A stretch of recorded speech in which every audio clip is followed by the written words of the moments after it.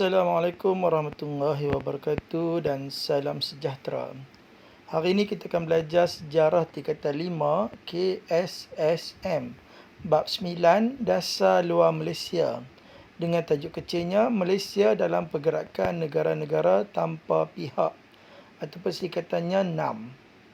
Baiklah, sebelum cikgu nak mengajar, cikgu nak minta semua guru dan pelajar-pelajar untuk subscribe video cikgu ni agar cikgu boleh menambah lagi tajuk-tajuk yang lain. Malaysia dalam Pergerakan Negara-Negara Tanpa Pihak ataupun NAM ada dua perkara yang akan kita pelajari. Yang pertama, latar belakang ataupun penglibatan Malaysia dalam NAM. Dan yang kedua, sumbangan ataupun peranan Malaysia di dalam NAM. Baiklah, kita lihat satu persatu. Untuk latar belakang ataupun penglibatan Malaysia dalam NAM, ada tiga perkara yang pelajar wajib ketahui. Yang pertama, pada peringkat awalnya, Malaysia mengamalkan Dasar Pro-Barat. Dasar apa? Dasar Pro-Barat. Di mana Dasar Pro-Barat ni diamalkan selepas Malaysia mencapai kemerdekaan. Di mana Malaysia tidak mahu menyertai sebarang pakatan lain ataupun pakatan tanpa pihak. Dan tidak mahu terlibat dalam konflik antarabangsa. Ingatlah, selepas merdeka, Malaysia mengamalkan dasar apa? Dasar Pro-Barat. Sebab apa mengamalkan Dasar Pro-Barat? Sebab Malaysia tidak mahu menyertai sebarang pakatan lain dan tidak mahu terlibat dalam konflik antarabangsa. Yang kedua, selepas mengamalkan Dasar Pro-Barat, Malaysia mengamalkan Dasar Berkecuali. Malaysia mengubah dasarnya kepada Dasar Berkecuali dan terlibat secara aktif dalam NAM. Selepas mengamalkan Dasar Berkecuali, barulah Malaysia terlibat dengan secara aktif di dalam NAM. Malaysia telah menjalin hubungan lebih terbuka dengan semua pihak tanpa adanya sekatan. Jika sebelum ni Malaysia mengamalkan Dasar Pro-Barat, jadi Malaysia hanya menjalinkan hubungan dengan negara barat sahaja. Kemudiannya Malaysia telah menukar dasarnya kepada Dasar Berkecuali dan menjalinkan hubungan dengan semua negara tanpa ada satu pihak sahaja. Sebab itu Malaysia menjalin hubungan dengan lebih terbuka dengan semua pihak tanpa sekatan. Okey, last sekali, bukti penyertaan Malaysia dalam NAM adalah bermula dengan kehadiran Muhammad Ghazali Syafiee, iaitu Setiausaha Tetap Kementerian Luar Negeri. Siapa Muhammad Ghazali Syafiee itu? Setiausaha Tetap Kementerian Luar Negeri dalam mesyuarat penyediaan bagi sidang kemuncak di Dar es Salaam, Tanzania pada bulan April 1970. Dengan hadirnya Muhammad Ghazali Syafiee dalam mesyuarat penyediaan sidang kemuncak NAM di Tanzania ni telah membuktikan Malaysia telah mula menyertai NAM. Bila Malaysia menyertai NAM? Pada tahun 1970, dengan buktinya melalui kehadiran Muhammad Ghazali Syafiee dalam mesyuarat penyediaan bagi sidang kemuncak di Tanzania. Jadi tiga perkara tu wajib ingat untuk latar belakang ataupun penglibatan Malaysia dalam NAM. Yang pertama, Malaysia mengamalkan Dasar Pro-Barat selepas mencapai kemerdekaan. Sebab apa Pro-Barat? Sebab tidak mahu menjalinkan hubungan dengan pakatan lain dan tidak mahu terlibat dalam konflik antarabangsa ataupun peperangan.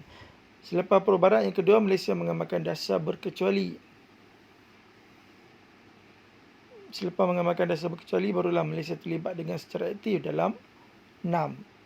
Melalui Dasar Berkecuali ini, Malaysia bebas menjalinkan hubungan dengan semua negara tanpa ada sekatan. Bukti penyertaan Malaysia di dalam NAM adalah melalui kehadiran Muhammad Ghazali Syafiee dalam mesyuarat penyediaan bagi sidang kemuncak NAM di Tanzania pada tahun 1970. Okey, seterusnya kita lihat peranan Malaysia dalam NAM. Ada 7 perkara yang akan kita pelajari. Yang pertama, isu pencerobohan di Bosnia dan Herzegovina. Pencerobohan ataupun peperangan berlaku di mana? Di Bosnia dan Herzegovina.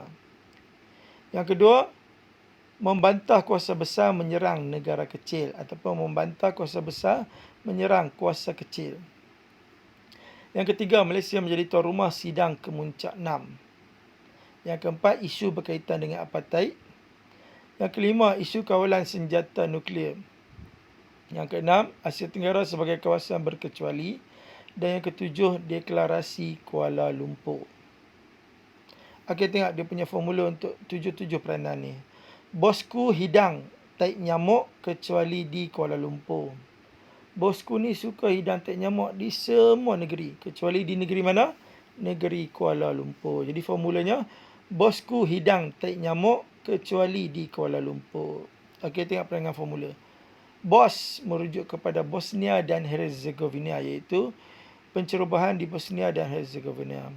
Ku merujuk kepada kuasa bersama pada huruf KU di depan, iaitu kuasa besar menyerang negara kecil ataupun kuasa kecil. Hidang merujuk kepada sidang. Sidang kalau buang S ganti kepada H menjadikannya hidang. Jadi hidang merujuk kepada sidang, iaitu tuan rumah sidang Kemuncak 6. Taik merujuk kepada apartheid. Apartheid ada 3 sebutan. Apa dengan taik? Cikgu ambil sebutan lahnya, iaitu taik menjadikannya taik. Taik hampir sama sebutannya dengan taik. Jadi taik merujuk kepada apartheid. Nyamuk merujuk kepada nuklear, di mana nyamuk ni dia punya berperanan sama macam nuklear. Bila dia, contoh nyamuk yang membawa nyamuk Aedes, kalau dia ketik kita, dia akan sebarkan segala virus Aedes tu di dalam badan kita. Jadi sama peranan macam nuklear. Jadi nyamuk merujuk kepada nuklear. Kecuali merujuk kepada berkecuali, iaitu Asia Tenggara sebagai kawasan berkecuali. D merujuk kepada D juga, iaitu deklarasi. Kuala Lumpur merujuk kepada Kuala Lumpur juga. Jadi di Kuala Lumpur merujuk kepada deklarasi Kuala Lumpur. Jadi semua sekali ada berapa peranan Malaysia dalam 6? Ada 7 peranan. Dia punya formula, bosku hidang taik nyamuk kecuali di Kuala Lumpur. Bos merujuk kepada Bosnia dan Herzegovina, iaitu pencerobohan di Bosnia dan Herzegovina. Ku merujuk kepada kuasa besar menceroboh negara kecil. Hidang merujuk kepada tempat persidangan ataupun tuan rumah sidang Kemuncak 6. Taik merujuk kepada apartheid. Nyamuk merujuk kepada nuklear. Kecuali merujuk kepada Asia Tenggara menjadi kawasan berkecuali. Di Kuala Lumpur merujuk kepada deklarasi Kuala Lumpur. Okey, kita lihat satu persatu.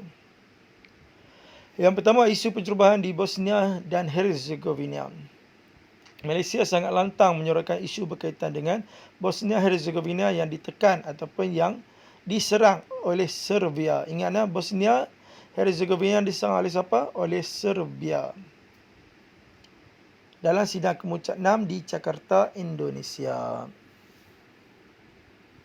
Apa peranan Malaysia dalam 6? Malaysia sangat lantang menyuarakan bantahan terhadap serangan Serbia di Bosnia Herzegovina dalam sidang Kemuncak 6 di Jakarta, Indonesia.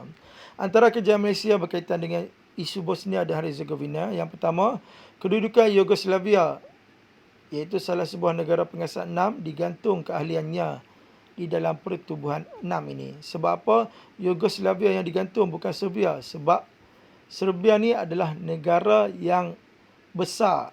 Dia tidak dipanggil Serbia saja, dia dipanggil Serbia dan Yugoslavia. Dulu-dulu negara Serbia itu adalah bergabung dengan Yugoslavia. Di dalam negara Serbia dan Yugoslavia ni ada negeri kecil yang dipanggil Bosnia dan Herzegovina. Jadi apa tindakan Malaysia buat? Melucutkan keahlian Yugoslavia di dalam 6. Yang kedua, Malaysia menerima sejumlah pelarian Bosnia dan Herzegovina ke dalam negara kita. Jadi isu pencerobohan di Bosnia dan Herzegovina ni, apa yang Malaysia buat? Malaysia bersuara lantang menentang pencerobohan Serbia di Bosnia dan Herzegovina dalam sidang Kemuncak 6 di Jakarta, Indonesia. Itu yang wajib kena ingat. Okey, yang kedua, membantah kuasa besar menyerang negara kecil. Contohnya Amerika Syarikat ke atas Iraq. Ingatlah, kuasa besar adalah Amerika Syarikat, negara kecil adalah Iraq. Yang ketiga, Malaysia juga menjadi tuan rumah sidang Kemuncak 6, iaitu menjadi tuan rumah sidang Kemuncak 6 kali ke-13 pada tahun 2003. Semuanya berkaitan dengan nombor 3. Bila Malaysia menjadi tuan rumah sidang Kemuncak 6? Pada tahun 2003, kali ke berapa? Kali ke-13. Ini membuktikan kemampuan Malaysia menganjurkan persidangan bertaraf dunia. Okey, yang seterusnya Tun Abdul Ahmad Badawi, pengurusi 6 dari tahun 2003 hingga 2006. Selain Malaysia menjadi tuan rumah sidang kemuncak 6 pada tahun 2003, tahun 2003 itu juga Tun Abdul Haji Ahmad Badawi dilantik sebagai pengurusi 6. Bermaksud dalam sidang kemuncak 6 pada tahun 2003 tu, pengurusinya siapa? Sidang kemuncak 6 itu dipengerusikan oleh Tun Abdul Haji Ahmad Badawi. Hal ini telah menaikkan nama Malaysia dalam kalangan negara anggota ataupun menaikkan nama Malaysia di persada dunia. Okey, seterusnya adalah isu apartheid. Malaysia menjadikan NAM sebagai tempat untuk menyuarakan bantahan terhadap isu apartheid. NAM ni boleh dikatakan tempat untuk Malaysia menyuarakan bantahan. Contoh isu apartheid. Malaysia bersetuju agar tekanan politik dan ekonomi diberikan kepada Afrika Selatan bagi menangani isu ini. Okey, seterusnya adalah isu kawalan senjata nuklear. Malaysia telah menandatangani peristiharaan Lusaka. Siapa yang saka? Lusaka. Peristiharaan apa untuk menentang penggunaan senjata nuklear? Peristiharaan Lusaka. Itu adalah perjanjian yang ditandatangani antara Malaysia dengan negara-negara dalam NAM, iaitu peristiharaan Lusaka. Peristiharaan Lusaka ni adalah usaha NAM mengharamkan penggunaan senjata nuklear. Okey, seterusnya Asia Tenggara sebagai kawasan berkecuali. Malaysia sering bersuara dalam NAM agar rantau Asia Tenggara diterima sebagai sebuah kawasan berkecuali. Ini kerana Malaysia berpandangan negara kuasa besar seperti China, Rusia dan Amerika Syarikat harus mengakuinya serta tidak boleh campur tangan terhadap sebarang masalah yang timbul di Asia Tenggara. Siapa yang boleh mengakui Malaysia ataupun Asia Tenggara ni sebagai kawasan berkecuali? Hanya kuasa-kuasa besar saja. Dan kuasa-kuasa besar ni tidak boleh campur tangan langsung dalam sebarang masalah yang timbul di Asia Tenggara. Tujuannya untuk apa? Untuk memastikan Asia Tenggara ni berjaya menjadi kawasan berkecuali. Sebab tu Malaysia menyuarakan permintaan ataupun pandangan dalam NAM supaya Asia Tenggara menjadi kawasan berkecuali. Okey, dan yang terakhir adalah Deklarasi Kuala Lumpur. Tujuan Deklarasi Kuala Lumpur ni adalah untuk menyuarakan sikap NAM ataupun menyatakan sikap NAM terhadap isu di Palestin. Di mana sebagaimana kita tahu, Palestin seringkali diserang oleh Israel. Jadi dalam Deklarasi Kuala Lumpur lah yang telah menyatakan pendapat NAM berkaitan dengan isu Palestin, di mana NAM telah menyokong Palestin dibebaskan daripada Israel. Ingatlah, Deklarasi Kuala Lumpur berkaitan dengan NAM menyatakan sikap mereka terhadap isu Palestin. Okey, kita lihat contoh soalan objektif. Dia tanya, mengapakah Malaysia mengamalkan dasar Pro-Barat selepas merdeka? Kenapa Pro-Barat selepas merdeka? Pilihan jawapan A, meningkatkan ekonomi. B, memusuhi negara komunis. C, mengelak konflik antarabangsa. Dan D, menjalin hubungan dengan negara barat. Okey, mana satu pilihan jawapannya pelajar-pelajar cikgu sekalian? Ya, C, mengelak konflik antarabangsa. Pandainya. Okey, soalan nombor 2. Antara berikut yang manakah kejayaan Malaysia berkaitan isu Bosnia dan Herzegovina di dalam NAM? Okey, pilihan jawapan 1 Roman, tentera Malaysia dihantar ke Bosnia. 2 Roman, negara Bosnia mendapat kemerdekaan. 3 Roman, Yugoslavia digantung keahliannya dalam NAM. Dan 4 Roman, Malaysia menerima sejumlah pelarian Bosnia dan Herzegovina. Okey, pilihan jawapan A 1 2, B 1 4, C 2 3 dan D 3 dan 4. Okey, mana satu pilihan jawapan semua pelajar-pelajar cikgu sekalian? Ya, D 3 dan 4. Tahniah cikgu ucapkan. Okey, soalan nombor 3. Siapakah Perdana Menteri Malaysia yang pernah memegang jawatan sebagai pengerusi NAM? A. Tun Abdul Razak, B. Tun Hussein On, C. Tun Mahathir Mohamad dan D. Tun Abdullah Ahmad Badawi. Ya, mana satu pilihan jawapan semua pelajar-pelajar cikgu? Okey, D. Tepat sekali. Tahniah cikgu ucapkan. Okey, nombor 4. Malaysia sering bersuara dalam NAM agar rantau Asia Tenggara diterima sebagai sebuah kawasan berkecuali. Apakah tindakan Malaysia untuk mencapai impian tersebut? Pilihan jawapan 1 Roma, membina senjata nuklear. 2 Roma, menyokong penghapusan etnik 3. Roma mendapat pengiktirafan kuasa besar. Dan 4. Roma meminta Amerika tidak campur tangan terhadap sebarang konflik di Asia Tenggara. Okey, pilihan jawapan A 1, 2, B 1, 4, C 2, 3 dan D 3 dan 4. Okey, mana satu pilihan jawapannya pelajar-pelajar cikgu sekalian? Ya, D 3 dan 4. Pandainya. Okey, last sekali soalan nombor 5. Persetujuan bersama oleh anggota 6 untuk mengenakan tekanan terhadap Afrika Selatan berhubung isu apartheid. Apakah bentuk tekanan tersebut? 1. Roma sosial, 2. Roma politik, 3. Roma ekonomi dan 4. Roma pertahanan. Okey, pilihan jawapan A 1, 2, B 1, 4, C 2, 3 dan D 3 dan 4. Okey, mana satu jawapannya pelajar cikgu sekalian? Ya, 2 dan 3. C jawapannya. Tahniah cikgu ucapkan. Okey, last sekali kita lihat contoh soalan esei markahnya 488 iaitu 20 markah. Baiklah kita bincang satu persatu. Soalan A ditanya, jelaskan latar belakang penyertaan Malaysia dalam NAM. Apa kehendak soalan? Latar belakang penyertaan Malaysia dalam NAM. Okey, untuk memulakan jawapan bagi soalan esei, ambil balik pembuka soalan tu. Latar belakang penyertaan Malaysia dalam NAM ialah bermula selepas merdeka apabila Malaysia mengamalkan dasar pro-barat. Malaysia tidak mahu menyertai sebarang pakatan lain dan tidak mahu terlibat dalam konflik antarabangsa. Malaysia kemudiannya mengubah dasarnya kepada dasar berkecuali dan terlibat secara aktif di dalam NAM. Okey, soalan B. Terangkan peranan Malaysia dalam NAM. Apa kehendak soalan? Peranan Malaysia dalam NAM. Ada formula tak peranan Malaysia dalam NAM? Ada. Apa formulanya? Bosku hidang taik nyamuk kecuali di Kuala Lumpur. Okey, untuk memulakan jawapan soalan esei, seperti biasa ambil balik pembuka soalan. Peranan Malaysia dalam NAM ialah Malaysia lantang menyorongkan isu berkaitan Bosnia dan Herzegovina yang ditekan oleh Serbia pada sidang kemuncak NAM di Jakarta, Indonesia. Titik. Macam mana nak memulakan isi yang kedua? Menggunakan penanda wacana. Selain itu, di samping itu atau seterusnya. Di sini cikgu nak ajak menggunakan penanda wacana number, iaitu kedua. Mengapa kedua? Sebab kita masuk isi kedua. Jadi kedua koma. Malaysia menyuarakan bantahan kuasa besar menyerang negara kecil melalui NAM. Contohnya, serangan Amerika Syarikat ke atas Iraq. Lepas kedua, ketiga, Malaysia menjadi tuan rumah sidang kemuncak NAM kali ke-13 pada tahun 2003. Ini membuktikan kemampuan Malaysia dalam menganjurkan persidangan bertaraf dunia. Dan yang terakhir sekali, keempat, Tun Abdul Ahmad Badawi dilantik pengerusi NAM dari tahun 2003 hingga 2006. Ini telah menaikkan nama Malaysia di peringkat antarabangsa. Ada lagi tak berkaitan peranan Malaysia dalam NAM? Ada lagi. Ingat balik formula.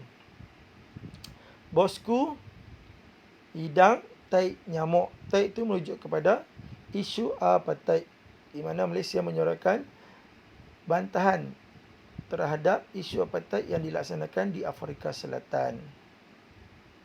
Nyamuk merujuk kepada Malaysia membantah penggunaan nuklear, senjata nuklear, di mana Malaysia telah menandatangani pengisytiharan Lusaka di Kuala Lumpur, kecuali di Kuala Lumpur. Kecuali merujuk kepada Asia Tenggara dijadikan kawasan berkecuali. Dan last sekali, di Kuala Lumpur merujuk kepada deklarasi Kuala Lumpur, di mana NAM telah menyatakan pendirian berkaitan dengan isu Palestin.